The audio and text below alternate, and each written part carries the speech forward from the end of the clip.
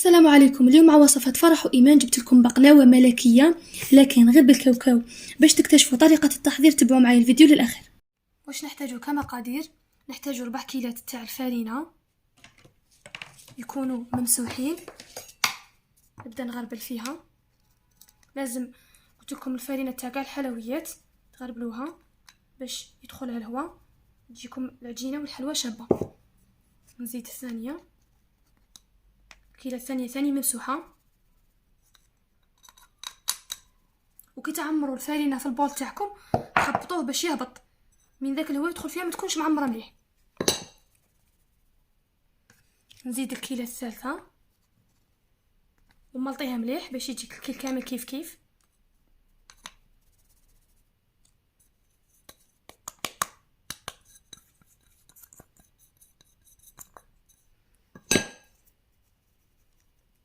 والكيلة الرابعة كنت كيلت فيها نص فارينة ونص مايزينا. علاش درت المايزينا؟ باش تمد لنا قرمشه وتولي العجينه عندنا شابه.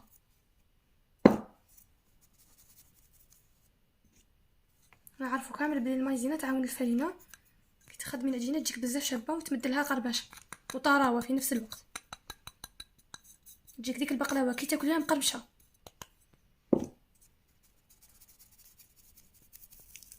هكذا درت 4 كيلات تاعي كامل صيرتهم في الصيار.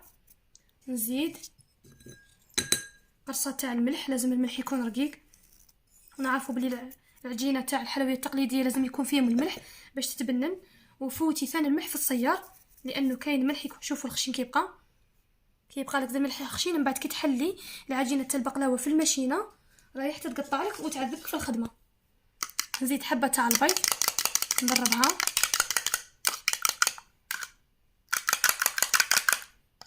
ندير حفره نديرها في الوسط.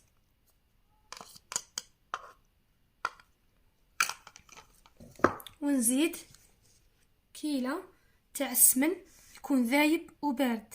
ما نقووش السمن على باش العجينه ما تعذبناش في الخدمه وتجي مبسه كي تبداي تخرجي فيها في الماشينه تبدا تتقطع. عفوا كيلة مارغرين ذايبه وبارده، ما ديروش سمن، ديروا مارغرين باش البقلاوه تاعكم ما تجيش طريه بزاف. علاش؟ على ذيك اللي نحيت السمن. نديروا الكيلة تاعنا وتكون بارده. المارغرين او الزبده تجي بها البقلاوه رائعه، ولا تقدري تخلطي ديري نص مارغرين ونص زبده اللي عندها الزبده تجي بزاف بنينه. نزيد مغرف كبيره تاع الخل اللي راح تخلي العجينه خفيفه هي ثاني. مغرف كبيره تاع الخل.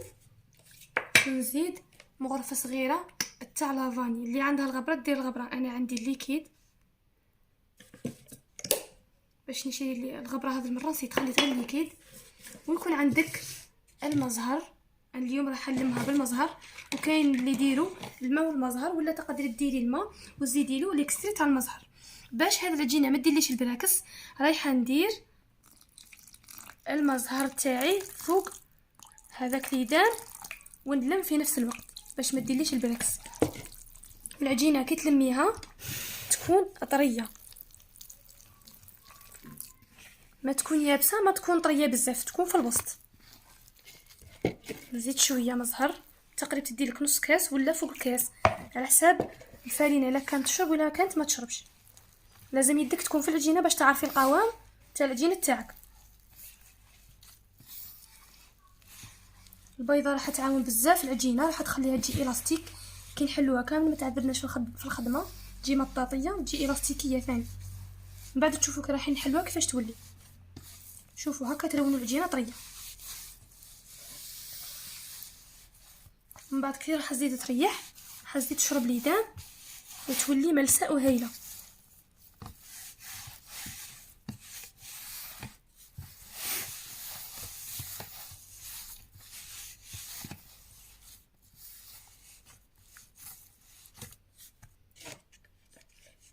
نزيد لها شويه برك.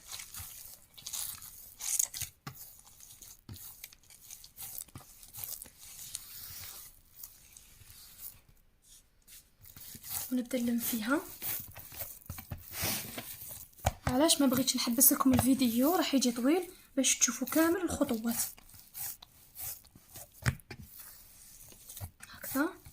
نلمها بتقريبا 10 دقائق. راني نلم فيها مانيش ندلك فيها، نلمها باش تولي ليس.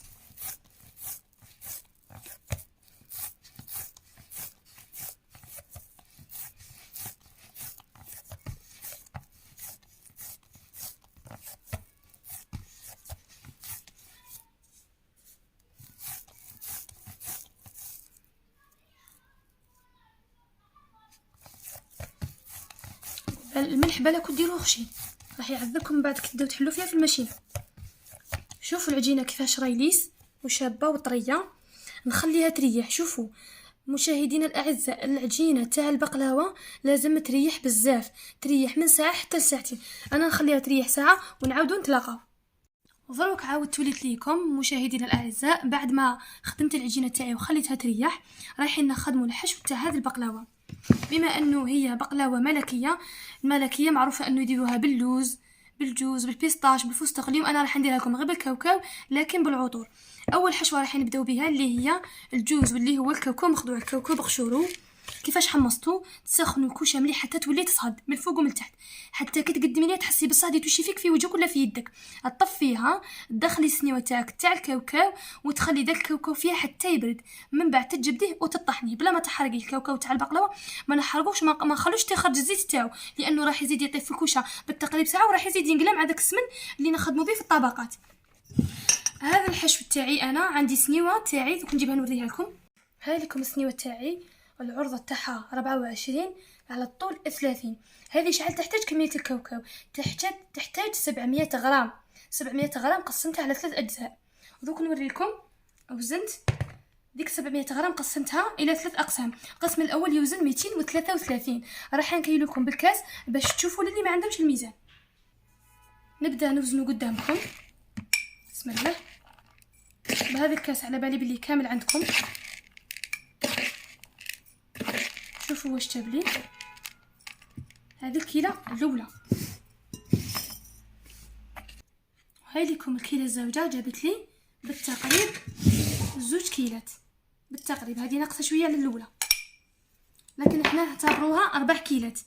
الكيله هذه مع الكيله هذه نقسموا 4 كيلات. والسكر انا ما نخدمش بالحرش، لانه كي تدخل البقلاوه طيب في الكوشه تجي داك الحشو شويه يابس ومعلق. راح ندير السكر كلاصي. انا بدلت عوض السكر الحرش راح ندير سكر كلاصي.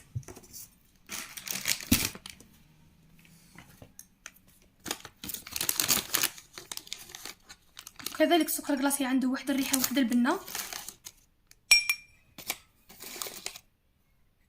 نعتبروا هذا الكاس رفد لنا 2 كيلات، والكاس الثاني فد لنا 2 كيلات، 4 كيلات بنص كيله سكر كلاصي. ما نقووش لانه من بعد رايحه تعسل البقلاوه، والعسل تاع البقلاوه كامل نعرفوا بلي ما نزيدو له والو، يجي ثقيل. نزيد مغرف صغيره تاع لافاني.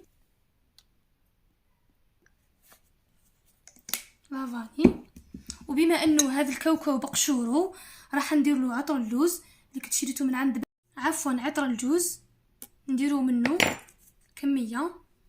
سمحوا لي اليوم راني عايه شويه، راني غير ندعقن معكم. نديرو بالتقريب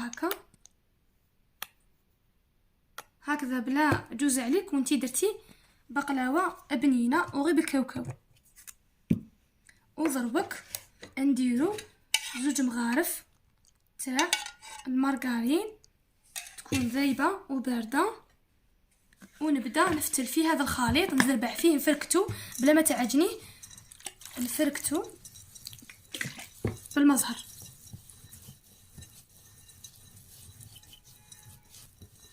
ريحه الجوز راهي تجي ما شاء الله، تحسبي الجوز ماشي كاوكاو. نتمنى انكم تجربوا هذه البقلاوه تجي رائعه. نخلي هذا الحشو يريح ونروحوا للحشو تاع اللوز. نروحوا دروك للطبقه تاع اللوز.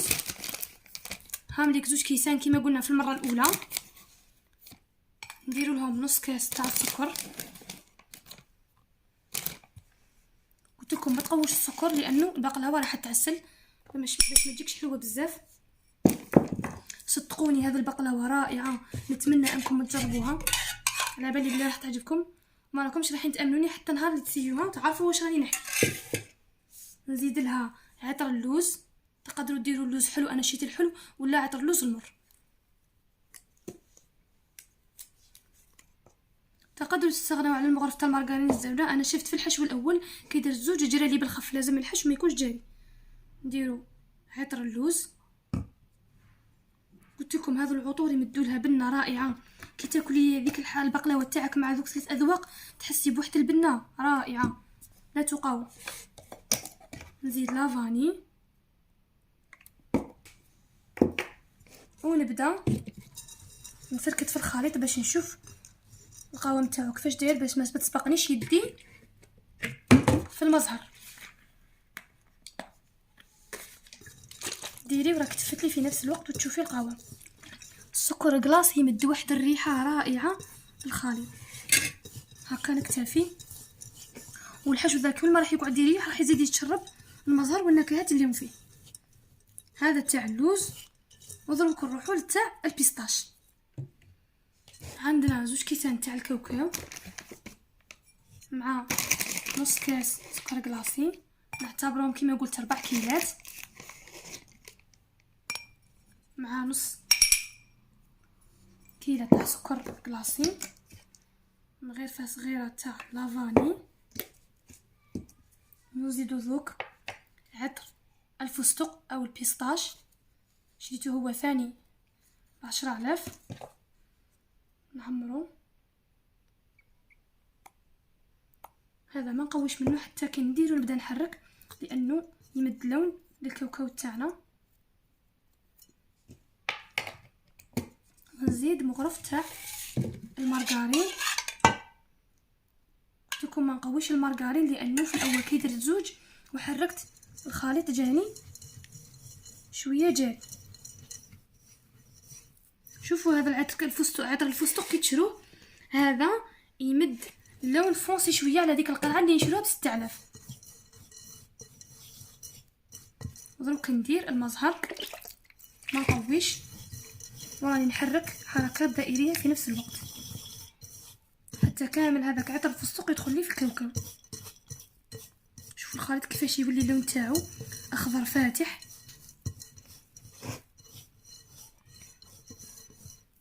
تكون الحشو ما تعجنوش تاع البقلاوه، زربعيه فقط بصبعتك.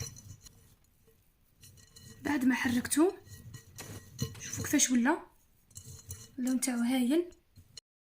بعد ما كملت كامل الحشوات التوعي بالاذواق تاعهم نخليهم هما الثاني يريحوا ويتشربوا البنه بما انه عجينتي راهي تريح، ونعاودوا نتلاقاو باش نشوفوا طريقه تشكيل البقلاوه تاعنا. عاودت وليت لكم بعد ما ريحت العجينه وريح الحشو كنت حكمت شويه من العجين حليته بالمايزينا والفارينه، وكي تحليها حليها بالحله العريضه على العرض باش كي تخدمي بالخلط تعمر لك سنيوه. وكنت ذوبت عفوا شويه تاع المارغرين والسمن من اجل التوريق باش ندهن الطبقات، لانه كتخلطي زبده وسمن ولا مارغرين وسمن تعطيك واحد الطراوه واحد البنه هايله. ودهنت السنيوه في نفس الوقت من الاسفل باش تتحمر لي البقلاوه من تحت. ودروك نبداو نحللها في الرقم كبير شويه عريض، ومن بعد نحللها في الرقيقه كاع. انتي واش عندك في ماشينتك. انا بديت نفتح فيها في الرقم 4.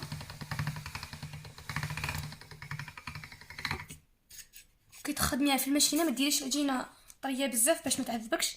انا بديت نفتح فيها في الرقم 4. وكي ديروا العجين في الماشينه حاولي انك ما ديريش ناشف، تكوني شويه درتي له فارينه ومايزينا باش ما يعذبكش في الخدمه، ماشي حتى تنشفيها كاع وتيبس لك العجينه. وضربك ندور الرقم الاخير باش تجيني رقيقه. بقلاوه لازم تجي رقيقه لانه راح تكون طبقه فوق طبقه. شوف حلتها في الرقم 4. وضربك نروحوا للرقم الاخير.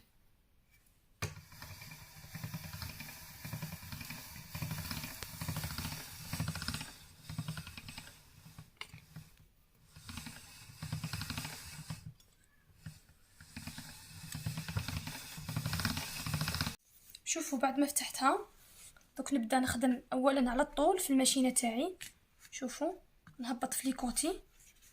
شوفوا العجينه كيفاش راهي تتكسل.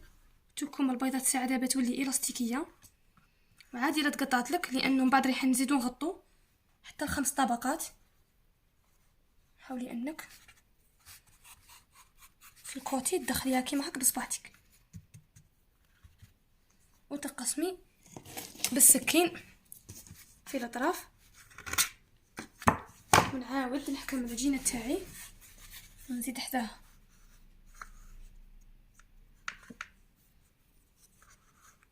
هكذا وتهبطي.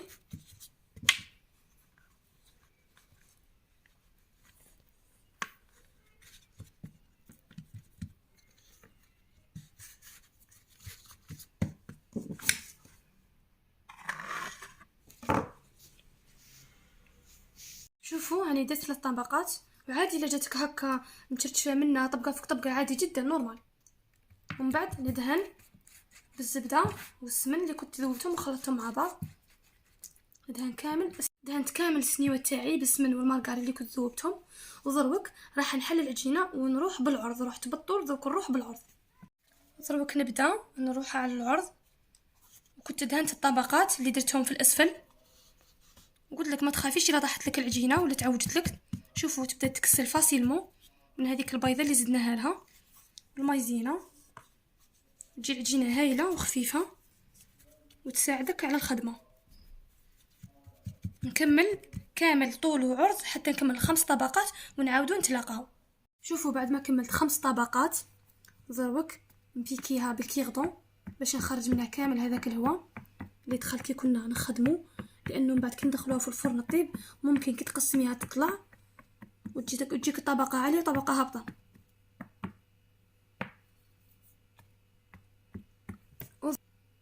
ودروك نروحوا للحشو باش نوريه لكم. شوفوا بعد ما قعد واشرب شوفوا كيفاش شد روحو وصير شويه. مازال مندي شويه بالمزهر. قلت لكم نفتلوه برك ماشي نعجنوه.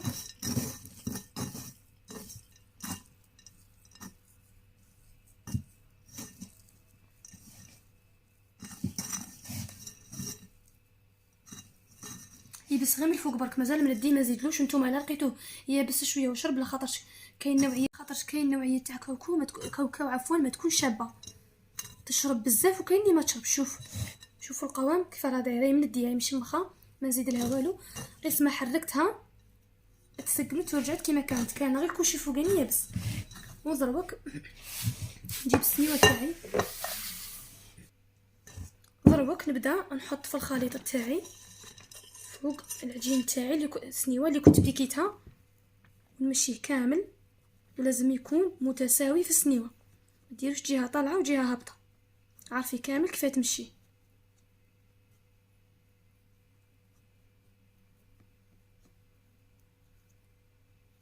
شوفوا بعد ما سويت كامل هذاك السطح تاع الكاوكاو اللي بالذوق تاع الجوز ويجيك شويه قليل، لانه رانا راح نديرو 3 طبقات بان تحصلوا على طبقه واحده كيما تجي في البقلاوه. حاولي كيف انك كامل تسويه وتسطحيه مليح. ودوك نزيدو له طبقه تاع العجين ونعاودو نتلاقاو. بعد ما فرشت كامل العجين تاعي دوك نزيد طبقه تاع الفستق ونمشيها ثاني هي كما الطبقه الاولى. كيما قلت لكم الا لقيتو الحشو يابس زيدوا له شويه تاع المزهر وعاودوا فتلوه ماشي تعجنوه. لكن انا غير دخلت يدي فيه وحركته عاودت تندى ورجع كيما كان. نكمل كاع ونغطيها بالعجين ونعاودو نتلاقاو. كملت ودرت الطبقه فوق الكاوكاو بذوق الفستق. ودروك راح نزيد الطبقه تاع اللوز. شوفوا كيفاش يبس، لكن غير نحرك فيه يرجع يتندى. بعد ما حركته شوفوا كيفاش ولا. زدت له غير شويه تاع المزهر. وضربك نبدا نحطو فوق الطبقه تاع العجين اللي كنت درتها. وهذه اخر طبقه اللي هي طبقه الكاوكاو بذوق اللوز.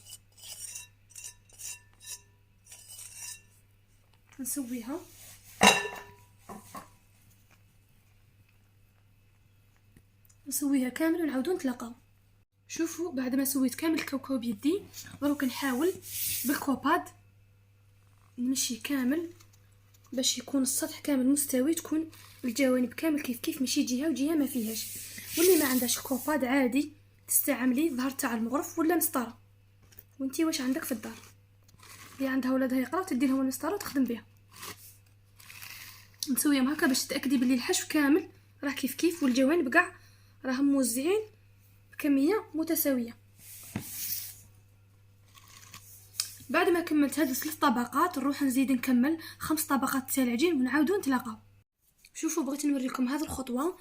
فوق الكاوكاو تاع اللوز درت الطبقه تاع العجين. دروك هنا لازم تدهني لكن كي درنا الساعه طبقه تاع الكاوكاو بذوق الجوز ومن بعد درت عجين ما تدهنيش، لانه بين طبقه تاع الكاوكاو من بعد كي راح تقسمي البقلاوه راح تهرب لك، تبدا مفركته، يبدا العجين هارب على الكاوكاو. لازم ما تدهنيش كي نديرو الكاوكاو، لكن هنا راح ندهن لانه راح ندير 5 طبقات تاع العجين.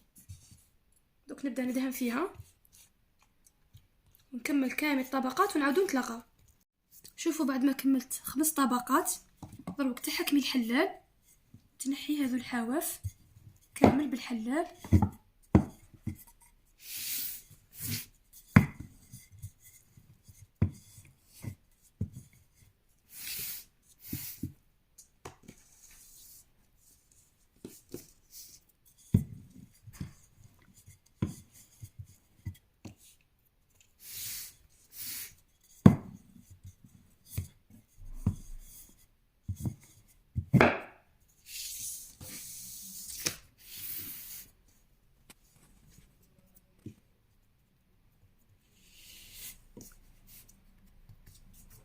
ومن بعد تحكمي الموس ومسطره باش الحبات يجوا كامل كيف كيف هكا، بتظني باللي كل حبه تجي كيما اختها.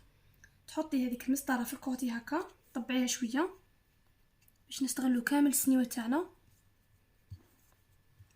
وتبداي تقطعي فيها وتهبطي حتى للاسفل.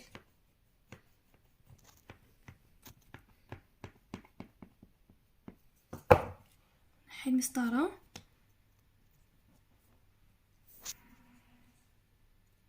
هكذا، الحبات يجوا كامل معبرين وكامل كيف كيف. وبالك المسطره تهرب لك وتعوجي الحبه، شديها مليح.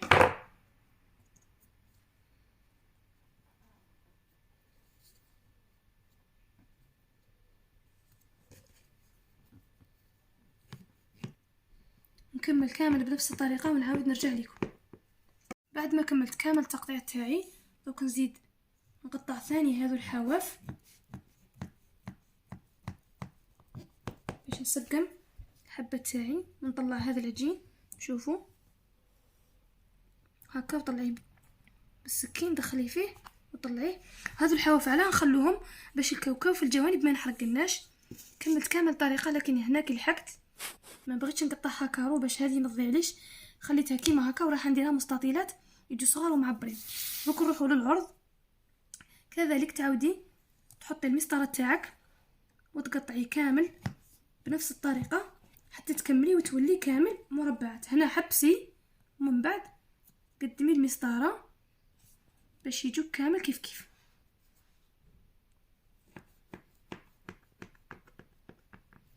نكمل كاع السنيوه تاعي نقطعها ونعاودو نتلاقاو. شوفوا بعد ما كملت كامل قطعت السنيوه تاعي، خرجت 42 حبه مع المستطيلات. شوفوا كيفاش جات السنيوه نقيه الله يبارك. وزروك راح ندهنها من الفوق بالسمن والمارغرين اللي كانوا ذايبين، ونخليها تبات ليله كامله باش نطيبها. طريقه الطهي راح تكوني سخنتي الفرن على درجه حراره 180 حتى ل 200، واللي عندها كوشه عادي تسخن الكوشه مليح، ومن بعد تنقص طيبها من التحت كي يحمروا هذه الجوانب ويبداو هكا مرقين ورقاق وشويه حمرين دوغي، تطفي من التحت وتشعلي لها من الفوق باش تدي لون ذهبي، ومن بعد تعسليها. وسر نجاح البقلاوه انك كي تخليها تبات ليله كامله يتجمعوا كاع دوك النكهات ويطلقوا واحد البنه. كطيبيها غدوه من ذاك راح تعطي واحد الذوق رائع. كي تجربوها تعرفوا واش راني نحكي. ندهنها كامل مليح ومن بعد نغلفها بالسيلوفان ونخليها تريح ليله كامله، وغدوه من ذاك باش نطيبوها.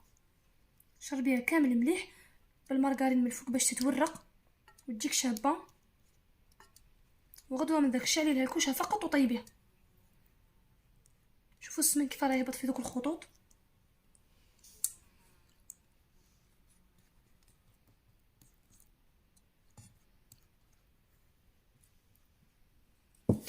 ودروك انا نقول لكم الى اللقاء، نتلاقاو غدوه ان شاء الله.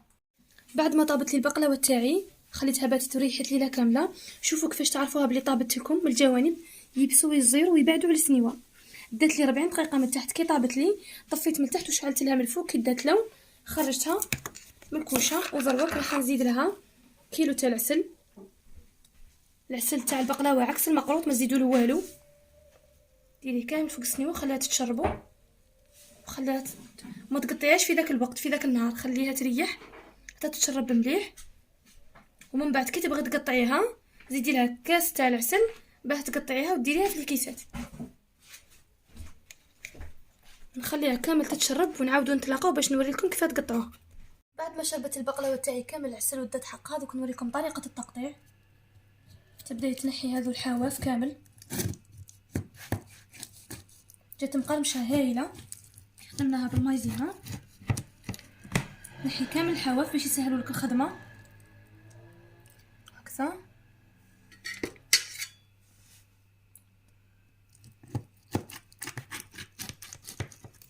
وتبداي تقطعي فيها كل مستطيل نحي على جهه.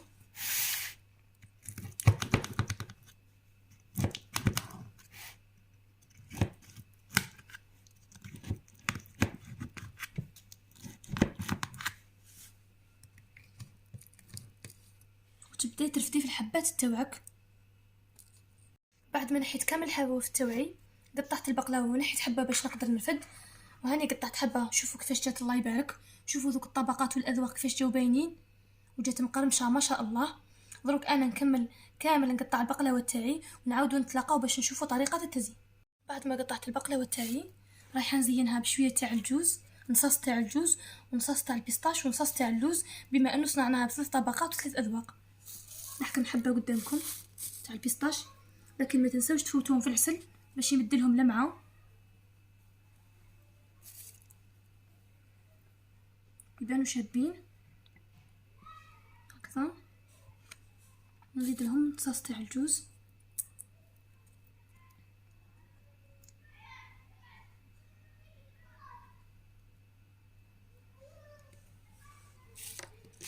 وراح نستعمل هادو لي كيسات تاع البقلاوه.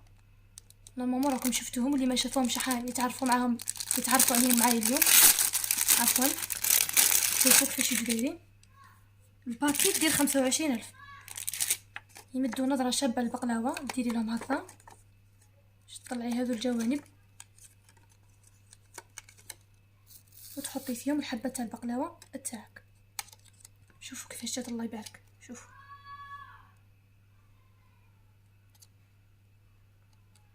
هذو المكسرات حاولوا انكم ديروا لهم العسل الثقيل باش يكون كيما اللصقه ويركبوا مليح فوق الحبه تاعكم. نكمل كاع واش عندي ونعاودو نتلاقاو باش نشوفوهم كامل واجدين في طبق التقديم. اخير هاي لكم البقلاوه تاعي، شوفوا كيفاش زينتها، شوفوا كيفاش راهي تبان الله يبارك. شوفوا النظره، غير النظره بزاف الله يبارك ما شاء الله. شوفوا ذوك الطبقات كيفاش راهم يبانوا بزاف بزاف بزاف بنينه. نتمنى انكم تجربوها غير بالعطور وكانك خدمتيها بالجوز واللوز والبيستاش. شوفوا داك التزيين، كنت زدت لها ورق الذهب وهذا الورد المجفف، وانتم تقدروا تستغنوا عليهم، تقدروا تستغنوا على ذو الكيسات، لكن باش نوريكم برك هذه كلمسه جماليه فقط. تقدروا ديروا ذره تاع كاوكاو ولا ذره تاع لوفو بيستاش اللي هو الكاوكاو الاخضر.